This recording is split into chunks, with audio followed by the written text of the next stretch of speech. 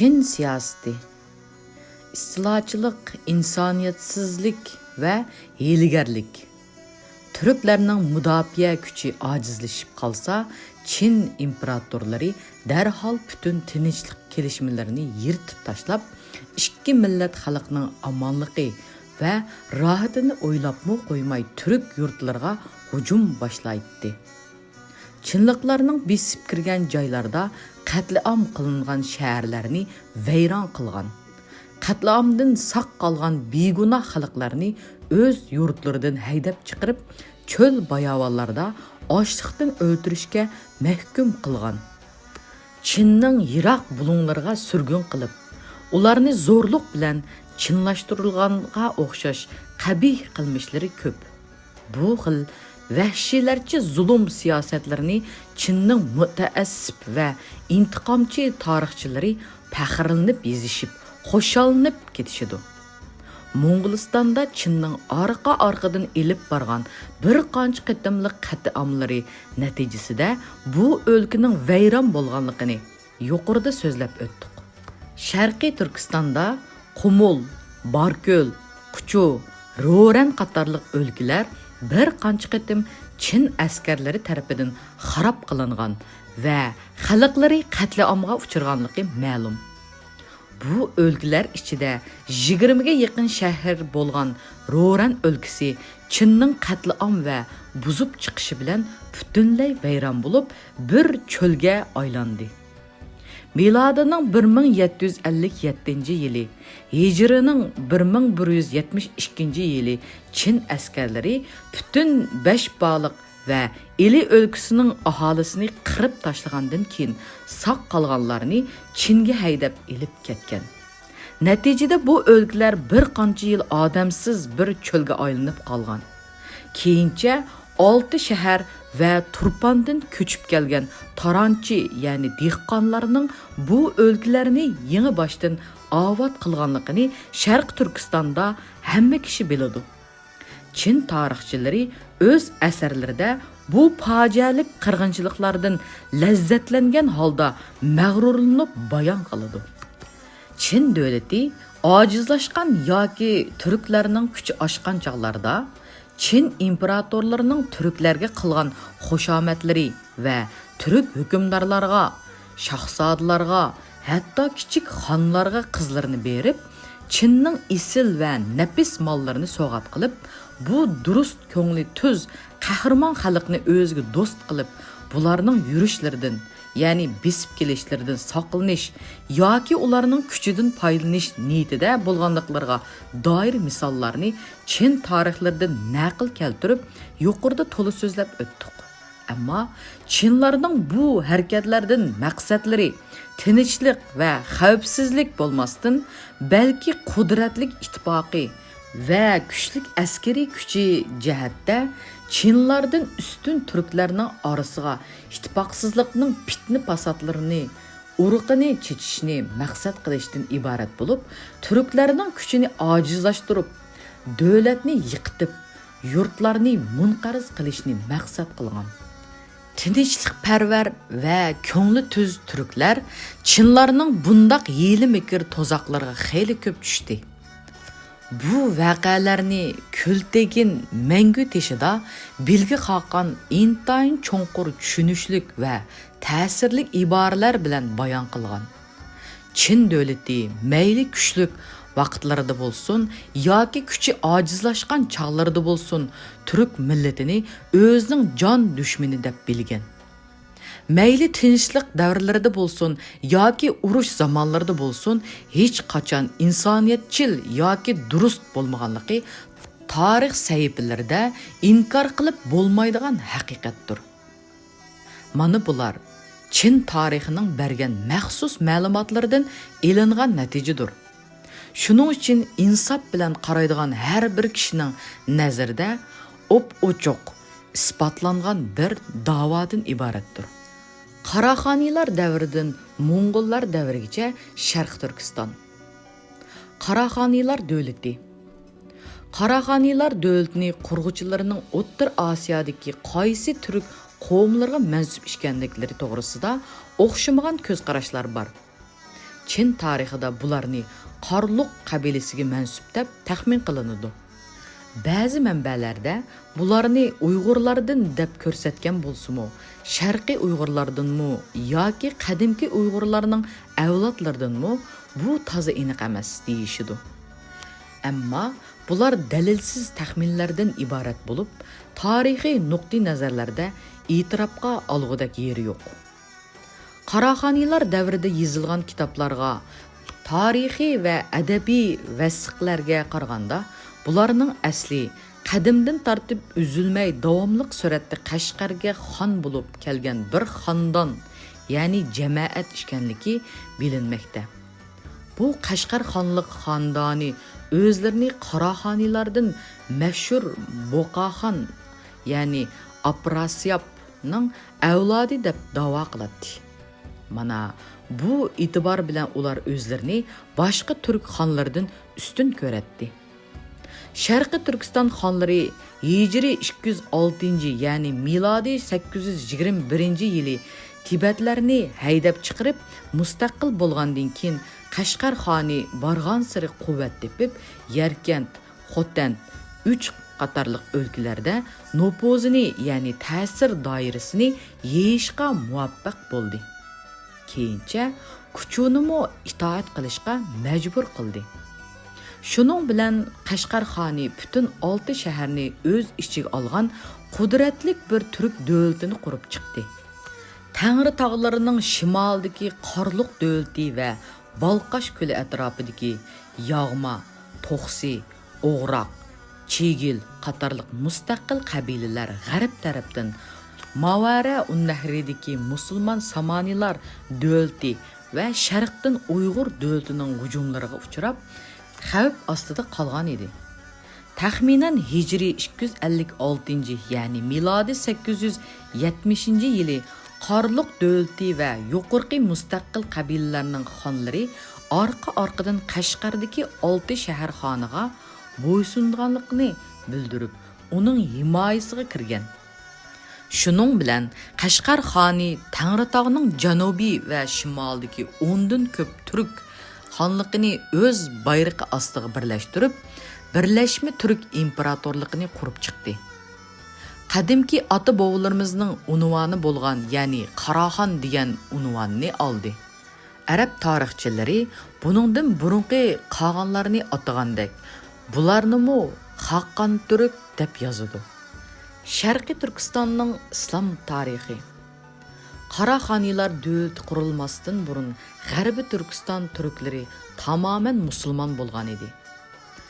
Qadimdan tortib mavjud bo'lgan Sharqiy va G'arbiy Turkiston xalqi o'ttirisidagi milliy birlik va iqtisodiy aloqa nihoyat kuchli edi.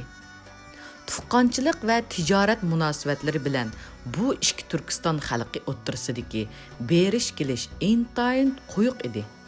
Mana bu vositalar bilan Hijriy 3-asr ichida islom dini Sharqiy Turkistonda xili tarqalgan edi. Lekin Qaraxon jamoati va yurt kattalari musulmon bo'lmagan.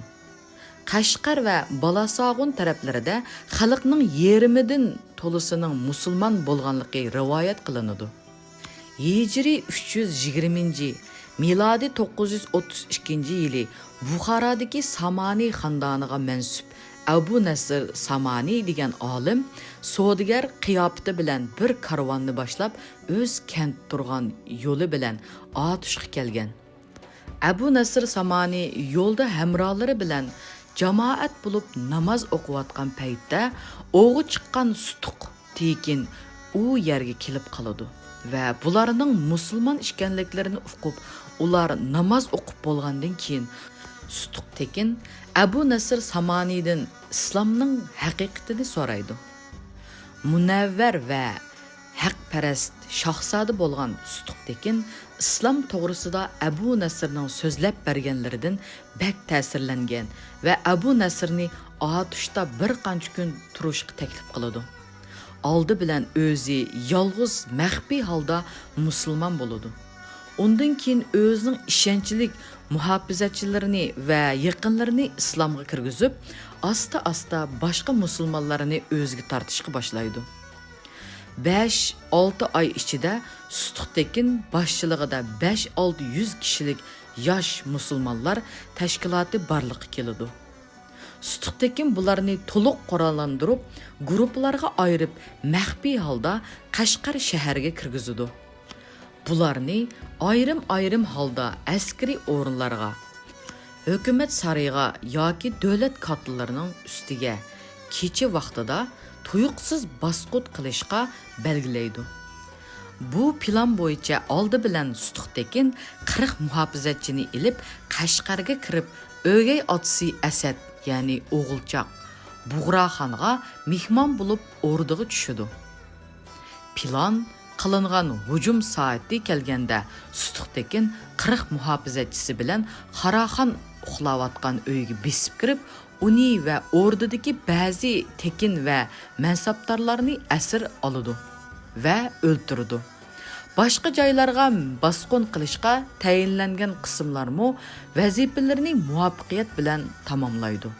Shunda qilib, Sutuqtekin bir kecha ichida Qashqar shahrini qo'lga keltirdi. Shahar atrofidagi tangdin to'lsi musulmon bo'lgan Qashqar xalqi taraf-tarafdan Sutuqtekinning yordamiga keladi. Va Sutuqtekin 2-3 kun ichida yetarli kuchga ega bo'ladi. Butun Qashqar Sutuqtekinning hokimiyatini qabul qiladi. Sutuqtekin hokimiyatini mustahkamlab bo'lib o'zini, ya'ni Qaraxon e'lon qildi va qahramon ma'nosini ifodalaydigan Bug'ra unvonini oldi. Musulmon bo'lmagan xalqlarni islomga da'vat qilib, g'azot yurishlarini boshladi. Qashqar, Yarkent, Uch, Balasog'un va Barsig'on, ya'ni Issiqko'lning sharqiy o'lkalarida va Qorliq davlatida islom dini hech qanday to'solg'usiz rivoj topdi. G'arbiy Turkistondagi Samoniy islom davlati, Sharqiy Turkistonda islom dinining va islom ilmlarining taraqqiyotida Qaraxon Sutuq Bug'raxonga ko'p yordam qildi. Nafsir, hadis va fiqhiy olimlari G'arbiy Turkistondan Qashqar va Balasog'unga uzilmay kelib turdi. Sutuq Bug'raxon musulmon bo'lgandan keyin islom olimlari uningga Abdul Karim degan nomni berganligi ma'lum. Sutuq Bug'raxon qo'ydirgan tillalarda milodi 920-yildan 956-yilgacha Qaraxon Sutuq Abdul Karim degan iboralar bor. Bu tillalardan Petersburg, ya'ni Leningrad muzeyida saqlanmoqda. Qaraxon Sutuq Bug'raxonning g'azotlari. Qaraxon Sutuq Bug'raxon musulmon bo'lib, Qaraxonlik taxtiga chiqqandan keyin u vaqtgacha islomga hech kirmagan va Budda dinining markazi bo'lgan Xotan, Kucha, Seriq Uyg'ur xonlari va Uyg'ur Idiqut davlati Qaraxon davlatidan yuz o'rib mustaqillik e'lon qildi. Shimoldagi O'g'roq, Yig'ma va To'qsi qabilalarimi isyon ko'tardi. Qaraxon Sutuq Bug'raxon bularni besib turish uchun bu xonlik va qabilalar ustiga yurish qildi. Xotan xoni qattiq turib qarshilik ko'rsatdi. Qaraxon Sutuq Bug'raxon o'zi Xotanga yurish qilib, uzun davom qilgan urushdan keyin Xotan xoni mag'lub bo'lib, shaharda muhosir ichida qoldi. Uzun davom qilgan qorshov natijasida shahar elinmadi. Oxiri shahar ichidagi baglardan biri musulmon bo'lib, isyon ko'tarib chiqqandan keyin uning yordami bilan shahar fatih bo'ldi. Undan keyin Qaraxon Sutuq Bug'raxon Kuchani fatih qildi. Lekin Kucha xalqining bir qismi musulmon bo'lmadi va qadimki diniy Budda dinida qoldi. Uyg'ur Idiquti ustiga Qara shahar va Eli tarafdan ikki yo'ldan nurg'un askar yo'lladi. Qattiq urushlardan keyin Idiqut mag'lub bo'ldi va burunqidek Qaraxonlik markaziga tava ichki ishlarda o'z oldiga mustaqil bo'lish va qadimki o'z dinlarini saqlab qilish sharti bilan sulh tuzdi. Shimoldagi Yog'ma, To'qsi va O'g'roq qabilalari ustiga to'la g'azot urushlari ilib berildi. Yuqorqi g'azotlarning hammasida Abu Nasr Samanining o'g'li Abdullah Fatih qahramonlik ko'rsatib shuhrat qozondi.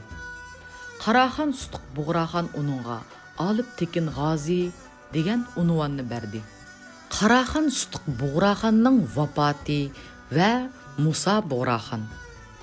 Qaraxon Sutuq Bug'raxon 22 yil Qaraxon bo'lgandan keyin Hijri 344, ya'ni milodi 955-yili vafot bo'ldi. O'rniga o'g'li Musa Bug'raxon Qaraxon bo'ldi. Sutuq Bug'raxonning vafot bo'lganlik xabari tarqalgandan keyin Xotan va boshqa Uyg'ur xonlari isyon ko'tardi. Musa Bug'raxon oldi bilan Xotanga yurish qilib, isyonchilarni bo'ysundirdi va undan keyin Olib Tekin G'ozini Ilidagi Uyg'urlarni tinchitishga yo'llab, Ili daryosining shimolidagi Minglaq, ya'ni hozirgi G'ulji shahrini fatih qilib, u yerdagi butxonlarni chiqib tashildi va buddist Uyg'urlarni Minglaqdan haydab chiqarib, ularning yeriga musulmon turklarni yerlashtirdi. 2-3 yil o'tgandan keyin Musa Bug'raxon Olib Tekin G'ozini Kingit, ya'ni Qora shahar yo'li bilan Uyg'ur idiqut ustiga yo'lladi. Olib Tekin G'ozi Kingitni fatih qilib, Quchuvga yurish qildi. Dahshatlik urushlardan keyin Uyg'ur idiquti mag'lub bo'lib, Quchuvni tashlab Tangri tog'larining shimolidagi Beshbaliq shahriga yerlashib, u yerni poytaxt qildi. Olib Tekin G'ozi Quchuvni olgandan keyin Beshbaliqqa qarab yurish qildi. Idiqut Beshbaliqning shimolidagi tog' yo'llarini istehkom qilib, cho'ng bir qo'shin yig'ib turganlikdan 2 orada qattiq urush bo'ldi. Beshbaliq yaqinlaridagi bir tog', ya'ni Chinliqlar hozirgi bu tog'ni Nanshan, ya'ni Janubiy tog' deb ataydi. Etigidagi bir qatimliq qattiq urushda Olib Tekin G'ozi shahid bo'ldi. Natijada uning askarlari parakanda bo'lib qattiq mag'lubiyatga uchradi. Uyg'urlar Quchuv va Kingitni qaytarib oldi. Olib Tekin G'ozining mazari hozirmi Nanshan tog'i etigida. Bu mazar xalq ichida, ya'ni albatta Xo'jam mazari deb ataladi. Harun Bug'raxon Musa Bug'raxon Hijri 372, milodi 982-yili vafot bo'ldi. O'rniga inisi Harun xon Qaraxonlik taxtiga chiqib, Umu Bug'ra unvonini oldi. Harun Bug'raxon nihoyatda tadbirlik bir siyosatchi edi.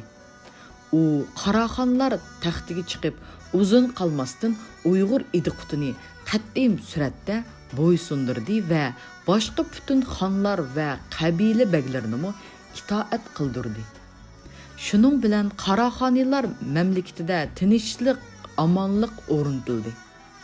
Harun Bug'raxon o'z tavasidagi musulmon va musulmon bo'lmagan turklardan tarkib topgan intayin kuchlik va muntazam bir qo'shin tayyorladi. Buning bilan davlatning kuch-qudrati favqulodda yuksilib, mamlakatni kengaytirishning vaqti yetib kelgan edi.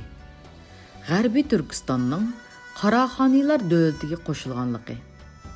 Bu arada G'arbiy Turkiston, Afg'oniston va Eronga hukmronlik qilayotgan Samani turk davlati ojizlab, munqarz bo'lish bosqichida edi. Tavasidagi vali va qo'mondonlar Samani davlati markaziga bo'ysunmasdan o'z yerlarida mustaqil suratda hukmronlik qilishga boshlagan. Shuning bilan mamlakat parchalanishga yuz tutgan. Bulardan G'azni viloyatining valisi Amir Sovuq Tekin, ya'ni Subuq Tekin, Afg'onistonning ko'p qismini egallab, kuch to'plab Hindistonga yurish qilib, Samani davlatining markazi bo'lgan Buxoroning ichki ishlariga aralashishga boshladi. Harun Bug'raxon munqariz bo'lish oldidagi bu davlatga ega bo'lishni ko'zlab, Hijri 383 va yoki 384 milodi 994 yili Farg'onaga hujum qilib, qo'lga olgandan keyin Samarqandni qo'lga tushirdi. Buxaraga hujum qilib, Samani hukmdori Amir Nuhni mag'lub qildi va Buxarani muhosirga oldi. Amir Nuh Buxaradan maxfiy holda qochib, O'g'iz daryosidan o'tib, Emil shahriga ketdi va u joyni poytaxt qilib turdi. Qaraxon Buxarani urushmasdan qo'lga tushirdi. Samarqandni G'arbiy Turkistonning poytaxti qilib o'ltirib, Mavara Unnahridagi butun o'lkalarni orqa-orqadan hokimiyati ostiga kirgizdi. Harun Bug'ra Qaraxon Samarqandda 3 yil turdi. Og'rib qilib, bu kasaldan saqayolmaslikni sezib, Qashqarga qaytdi va yo'lda Hijriy 387-yili vafot bo'ldi. Harun Bug'ra Qaraxon qaytish vaqtida qayrindishi, ya'ni Musa Bug'raxonning o'g'li Ali Tekinni G'arbiy Turkistonga umumiy vali qilib tayinladi va uningga Ilikxon unvonini berdi. Ilikxon qadimki turkchidagi Ilxon ma'nosida bo'lib, shoh, malik va yoki xon deganlikdir. Bu Xoqon zamonasidan tortib Tangri tog'larining shimolidagi o'lkalarni idora qilish uchun Qaraxon jamoatidan bir tekin, ya'ni shohzoda, umumiy vali bo'lib tayinlandi va tekinga, ya'ni Ilikxon degan unvon beriladi. G'arbiy Turkistonga bir Ilikxon tayin qilinishi bilan Qaraxoniylar davlatida G'arb Ilikxoni va Shimoliy Ilikxoni deb ikki Ilikxon borliqqa kelgan. Samani hukmdori Amir Nuh Buxaradan qochgan kundan tortib Subuh, Tekin va boshqa viloyatlardan yordam talab qilib kuch to'plashning qo'yga tushgan edi. Sir daryosining oyoq tarafidagi Jant o'lkasini egallab turgan Seljuk qabilasining xoni Seljuk suv boshidanmi yordam so'rgan bo'lsa-mu, bular o'z ichidagi jidal majrolari tufaylidan hamda Qaraxonning kuchidan qo'rqib Amir Nuhga yordam bermagan. Qaraxonning vafot bo'lgan xabari tarqalgandan keyin Amir Nuh butun kuchini yig'ib Buxaraga hujum qilishga hozirlandi.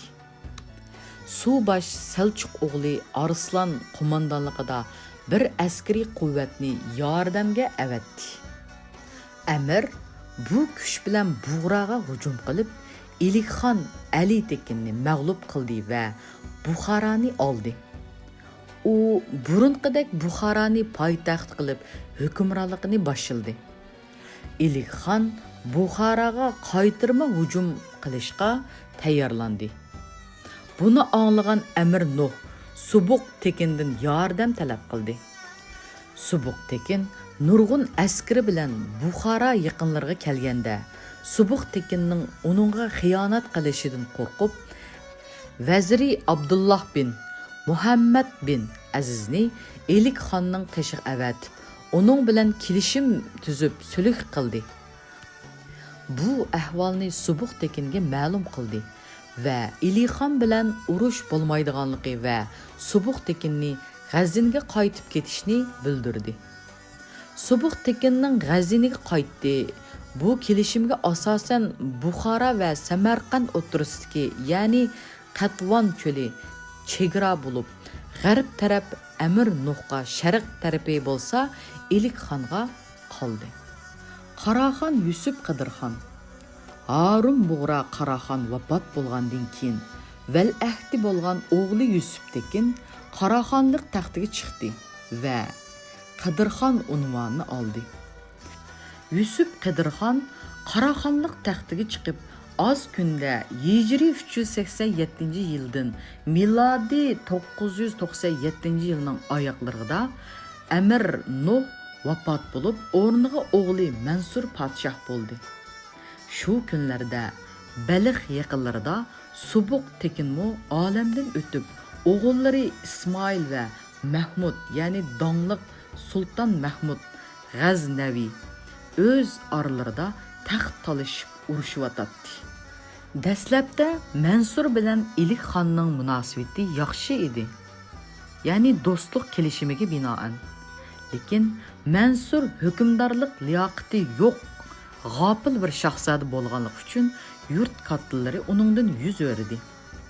Va uning vazirlari Abdullah bin Muhammad bin Aziz va qo'mondoni Fayiqlar birlashib Abu Mansur Isibjobning boshchiligida Qaraxon Yusuf Qidirxon huzuriga bir elchi hayit avatib, Qaraxonga bo'ysunganligini bildirdi.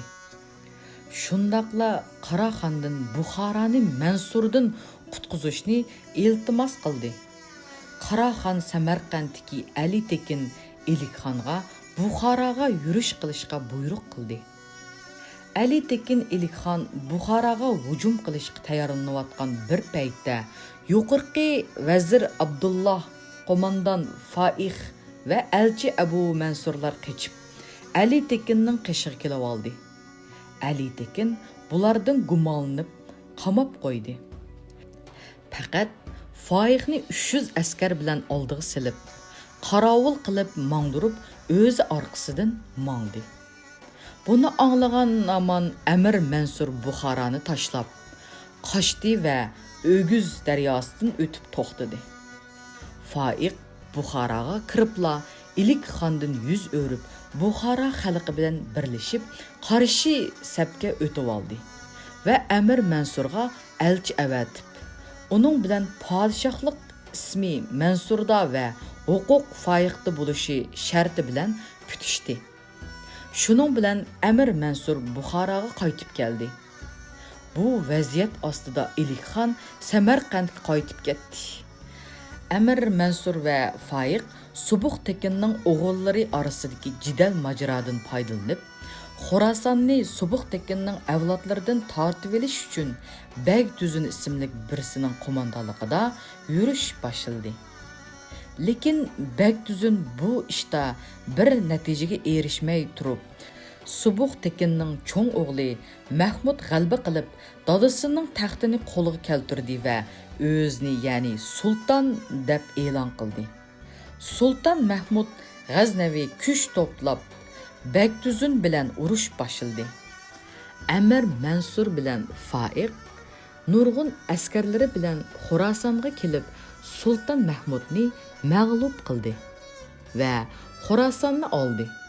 Keyincha Fayiq bilan Bagtuzun Amir Mansurdan gumonlanib, uni taxtdan tushirib, qamoqqa oldi. Uning o'rniga inisi Abdul Malik bin Nuhni taxtga chiqarib, Baliq shahrini markaz qildi. Undan keyin Sulton Mahmud G'aznaviy Amir Abdul Malik bin va Faid bilan urushib, ularni mag'lub qilib, Xorasonni egalladi. Buxoroga qochgan Fayiq o'ldi. Abdul Malik texi narisida bo'lganlikdan Buxoro hokimiyati qalaymaqonlashib, xalq ichida tinchsizlik boshlandi. Ali Tekin uzundan beri Buxoroni qo'lga tushirish uchun mundaq bir fursatni kutib turgan edi. Mana bu fursat kelganlikdan Ilikxon nurg'un askariy kuch bilan Buxoroga yurish qildi.